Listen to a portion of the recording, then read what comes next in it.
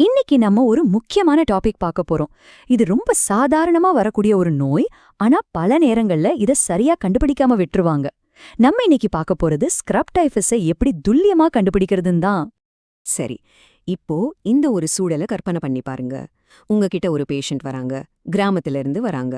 உடம்பெல்லாம் ஒரே வலி, தலைவலி, பயங்கரமான காய்ச்சல்னு சொல்றாங்க. இத கேட்டதும் உங்க மனசுல என்னென்ன நோய்கள் எல்லாம் வருது? இதுதான் ஒரு நல்ல டெக்னீஷியனுக்கான முதல் சேலஞ்ச். இந்த மாதிரி அறிகுறிகள் வரும்போது நம்மளோட முதல் சந்தேகமே ஸ்க்ரப் டைஃபஸ் மேல தான் இருக்கணும்.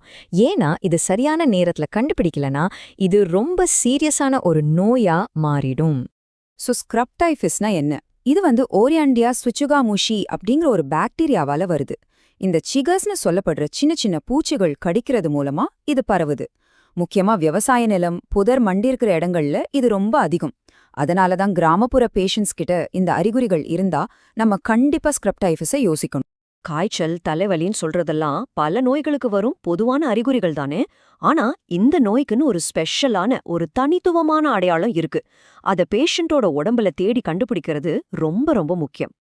ஆமா, அந்த முக்கியமான தடயத்தோட பேரு தான் எஸ்கார். இந்த ஒரு க்ளூ மட்டும் நமக்கு கிடைச்சிட்டா போதும், நம்ம டயக்னோசிஸ் பாதி முடிஞ்ச மாதிரி.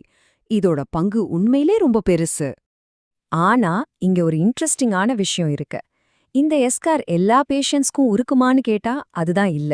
சில இடங்கள்ல வெறும் 7% பேருக்கு தான் இது இருக்கும். சில இடங்கள்ல 97% பேருக்கு கூட இருக்கும். சோ எஸ்கார் இருந்தா அது ஒரு சூப்பரான க்ளூ. ஆனா அது இல்லைங்கிறதுக்காக மட்டுமே இது ஸ்க்ரப் டைஃபஸ் இல்லைன்னு நாம முடிவு பண்ணிடக்கூடாது. சரி, ஒரு எஸ்காரிய எப்படி கண்டுபிடிக்கிறது? இது பார்க்கறதுக்கு ஒரு கருப்பு நிற வடு மாதிரி இருக்கும். ஆனா முக்கியமான விஷயம் என்னன்னா இதுல வலியே இருக்காது. வலி இல்லாததால பல சமயம் பேஷண்ட்டே இத கவனிச்சிருக்க மாட்டாங்க. அதனால தான் நாம உடம்பு முழுசும் கவனமா தேடி பார்க்கணும். ஓகே, இப்ப நமக்கு எஸ்கார் மூலமா ஒரு சந்தேகம் வந்துருச்சு. ஆனா ஒரு சந்தேகத்தை வச்சு மட்டுமே நம்ம எதையும் சொல்ல முடியாது இல்லையா? அதை கன்ஃபார்ம் பண்ண வேண்டிய இடம் நம்ம லேப் தான். வாங்க இப்ப லேப் டெஸ்ட் பத்தி பார்க்கலாம். நம்ம கிட்ட இத கண்டுபிடிக்க பல டெஸ்ட் இருக்கு. அது நம்மளோட டூல் கிட் மாதிரி.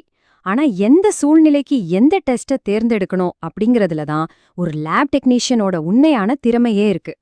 இந்த டேபிள கொஞ்சம் நல்லா பாருங்க. இதுல IgM எலிசா டெஸ்ட் தான் ரொம்ப பரவலா யூஸ் பண்ற நம்பகமான ஒரு டெஸ்ட். ஆனா காய்ச்சல் வந்த வாரத்திலேயே நோயை கண்டுபிடிக்கணும்னா PCR டெஸ்ட் தான் பெஸ்ட். ஏன்னா அது பாக்டீரியாவோட DNAவையே டைரக்டா கண்டுபிடிச்சிடும். ஆனா ஒன்னு மட்டும் நல்லா ஞாபகம் வச்சுக்கோங்க, இந்த லிஸ்ட்ல கடைசியா இருக்கிற வைல்ட் ஃபிலிக்ஸ் டெஸ்ட்டை மட்டும் தயவு செஞ்சு பண்ணாதீங்க. அது ரொம்ப பழைய டெஸ்ட், அதோட ரிசல்ட்ஸ் துல்லியமா இருக்காது. டெஸ்ட் பண்றது ஒரு பகுதி அப்படின்னா, அந்த டெஸ்ட் ரிசல்ட் என்ன சொல்ல வருதுன்னு சரியா புரிஞ்சுக்கிறது அதை விட முக்கியமான பகுதி. இங்க நீங்க ரொம்ப ரொம்ப கவனிக்க வேண்டிய ஒரு விஷயம் இருக்கு. ஒருவேளை டெஸ்ட் ரிசல்ட் நெகட்டிவ்னு வருதுன்னு வச்சுக்கோங்க, உடனே பேஷண்ட்டுக்கு தொற்று இல்லைன்னு அர்த்தம் கிடையாது.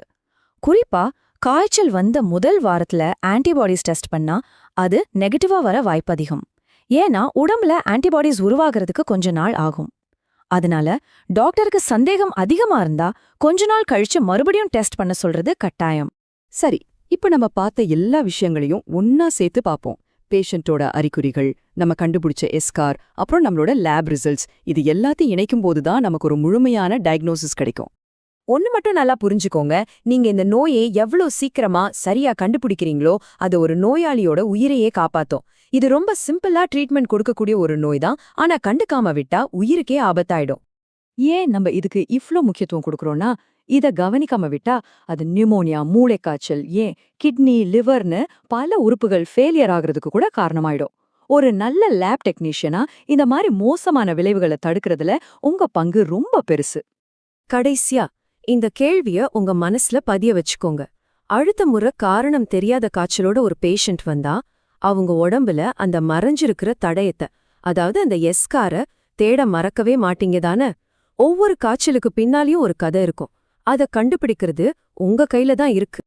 இது மாதிரி இன்னும் நிறைய பயனுள்ள லேப் சம்பந்தப்பட்ட விஷயங்களை நீங்க தெரிஞ்சுக்கணும்னு ஆசைப்பட்டீங்கன்னா யூடியூப்ல தமிழில் மருத்துவ ஆய்வகம்னு ஒரு சேனல் இருக்கு. அதுல போய் பாருங்க, உங்களுக்கு ரொம்ப உபயோகமா இருக்கும். உங்க கற்றல் பயணம் இன்னும் சிறப்பாமே வாழ்த்துக்கள்.